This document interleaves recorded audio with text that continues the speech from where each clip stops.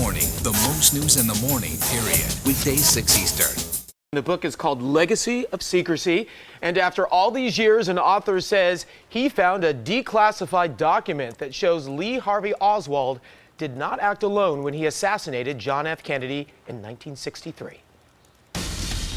You have to conclude that there was a fourth shot and a second rifle. Directors like Oliver Stone have produced movies about it.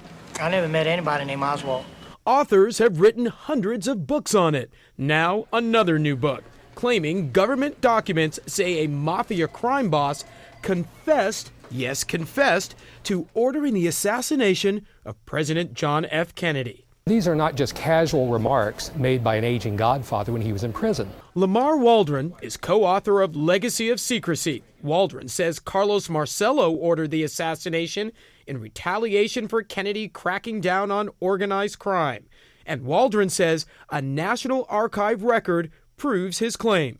Buried within millions of pages of files declassified by the FBI 10 years ago, he says are details of Marcello's alleged confession to an undercover informant in 1985. It was one time when he just went off on a tirade against the Kennedys that he let slip to the FBI informant that yeah, I had the SOB killed. I'm glad I did it.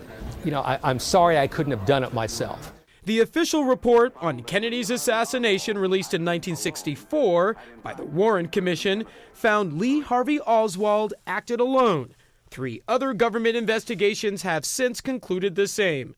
Vincent Bugliosi has studied the Kennedy assassination. His book, Reclaiming History, also backs the commission's findings. As for Waldron's findings, if I could categorize it in a couple words, sublime silliness. There's no merit to this. Carlos Marcello was investigated in the 1970s by the House Select Committee on Assassinations, which found he did have, quote, the motive, means, and opportunity to have President John F. Kennedy assassinated, but concluded they could not establish direct evidence of his involvement. Hundreds upon hundreds of people had motive, means, and opportunity.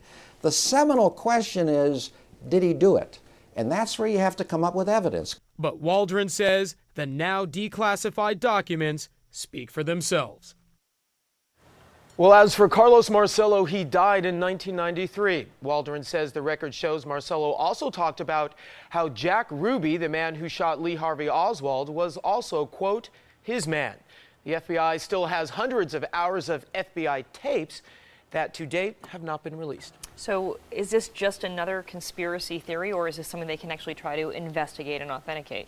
Well, here's the deal. I mean, it is just another theory to some, but Waldron would argue that this FBI informant was credible. He was someone who worked with the FBI for years.